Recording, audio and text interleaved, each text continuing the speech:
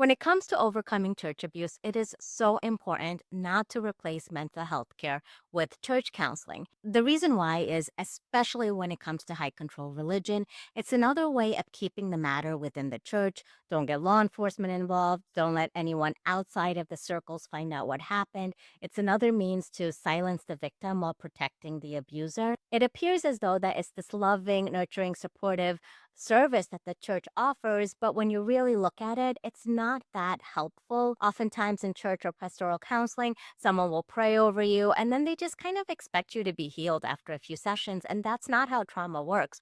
Healing from trauma and abuse is a long term process that there's really no shortcuts for. Victims are then forced and pressured into doing ministry to help other victims before you even get a chance to heal. So then your trauma, what you've been through, it becomes a tool, it becomes another vehicle, and they try to use you and exploit you to silence other victims. If you have spiritual services and practices that are helping you and supporting you, and it's not toxic and nobody's seeking to silence you, I don't see anything wrong with that as long as we understand that these are separate services and the spiritual support that we receive, if you choose to receive it, is not overriding the need for mental health care. With that said, the mental health care industry is not perfect. It also comes with its flaws. I wish I understood that 25 years ago when I first started getting therapy. I used to believe anything a therapist told me, but with time and hindsight, I realized that therapists are just human like the rest of us. Some are pretty great, some aren't so great, and some may be just fine, but not the right fit. Now, when I look for a therapist, I have my, must haves, nice to haves list ready to go.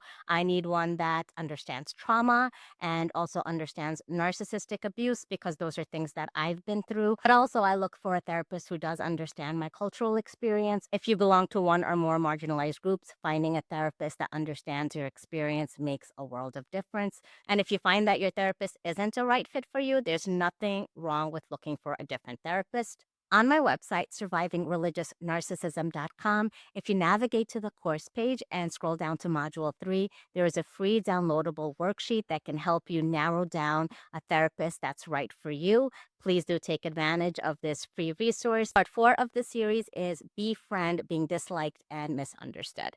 Thanks. I'll see you for the next one.